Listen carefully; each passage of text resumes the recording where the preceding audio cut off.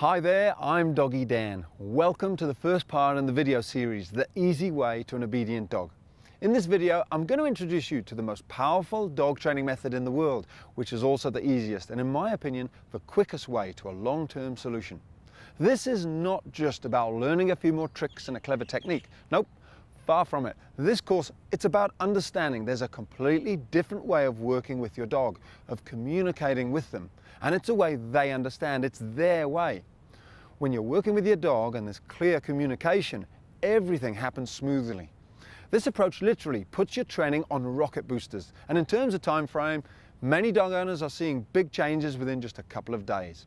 With dog training, like many things in life, there's an easy way and there's a hard way, and it doesn't have to be a nightmare. I know for some of you, you're probably thinking, is there actually a way out of this? Or do I have to get rid of my dog or puppy?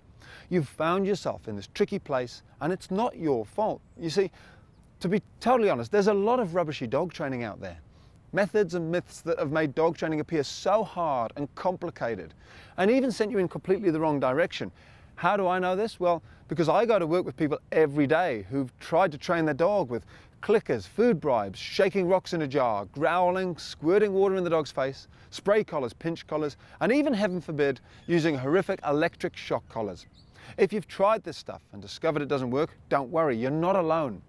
Many people have been there, absolutely stuck, unable to see a way out. So my promise to you is this: by the end of this series, by the end of today even, you'll see that there is a way out. Now, of course, some of you may have a new puppy and you just want to get it right first time to avoid all the pain and stress, and that's great too.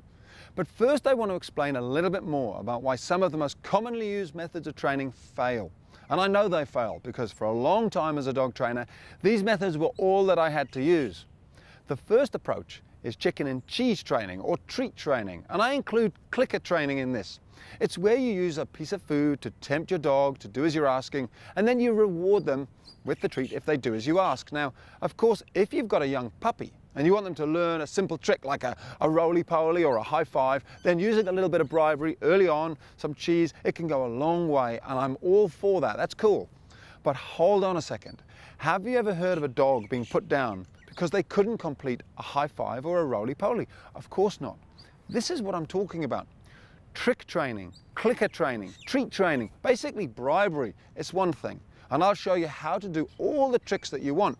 But using food to train your dog or puppy has its limitations. You'll never solve any of the major behavioral problems that you're experiencing just using food. And a clicker, it's really just bribery dressed up a little bit. Essentially, your dog or puppy is still only doing what you ask for the food. You're simply adding the little clicking noise. But you may as well just be saying click, click, or good dog, and then treating them. It's exactly the same reason parents don't try to stop their children squabbling the whole time by using chocolate and a clicker. Picture this. You've got two kids fighting in a room.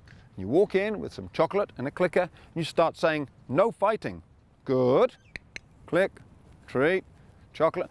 No fighting, stop fighting. Good, click, treat. Now, of course they stop fighting whilst they're eating the chocolate and you're shoveling it into their mouths. But how long after you leave do you think they're going to start fighting again? Of course, long term, this approach is not the answer. And we all know this when it comes to raising children. It's obvious. It's actually exactly the same when it comes to training dogs. Bribery, repetition on its own is not the answer. We have to be just a little bit smarter. Now, there's also still a lot of the old school dog training out there, often referred to as yank and crank, where people are screaming and shouting and whacking their dog, and there are lots of strange devices coming out to scare, shock and hurt the dogs, but they're all still based on fear and pain. Nowadays, this sort of approach tends to be done behind closed doors where nobody's looking, and to be honest, most of it I think is done out of sheer frustration because we don't know what else to do. The other issue, though, with this approach is that it doesn't really work. I mean, you can't just stop aggression by being aggressive. It's not the way to have a calm, obedient dog. So all of this stuff, you can just throw it away. Water bottles, shaking rocks in a jar or a tin, broomsticks, shock collars, the rolled up newspaper, throw it away. Gone, you don't need it. The other myth out there is that good dog training has to cost a fortune. From puppy training to obedience classes to repeat consultations from top dog trainers, it can cost you thousands and thousands of dollars. And it's actually all so unnecessary. You see, dog training doesn't need to take hours and hours, weeks and weeks. If you're spending heaps of time and money and seeing little or no progress, then you're probably not using the easy way to an obedient dog. In my experience, it often takes just a couple of minutes each day incorporating some very simple stuff into your everyday life for a couple of days, and you can have a totally different dog. The changes, they should come easily. Also, what I've discovered is that around about a year old, your dog is the equivalent to a young teenager and they behave accordingly. Let's face it, we all know how difficult they can be to control. So if your sweet little puppy or your young dog starting to push the boundaries, then this really is just a sign of things to come. Like with children, as they grow up, your puppy or dog will start to test who's in charge. It can be a really tough period if your dog isn't choosing to listen to you. So in the next video, in an amazing live consultation, I'll show you just how fast dogs respond when you communicate with them in a way they understand. Because one of the most beautiful things about this method is that it totally aligns with your dog. Like I said at the beginning, they understand it because it comes naturally to them. It works with their nature, not against it. It's really their method. So your dog will totally get it. You're not going to have to explain this method to them. They'll be thinking, now you're talking sense to me. Now you're saying that you're in charge and I should be listening to you, following you, obeying you. Gotcha. It's going to be that simple. So whether you're dealing with an aggressive dog or a dog who pulls you down the street or is constantly barking or can't be left at home, or you've just got a young puppy and you want to make sure you get it right first time, then take comfort, knowing that there is an easy way out. It's an easy path that's tried, tested and works. So if you're wondering, can I actually get out of the situation I'm in? Can I actually save my dog? Then the great news is yes, there is a way. It's the easy way to an obedient dog.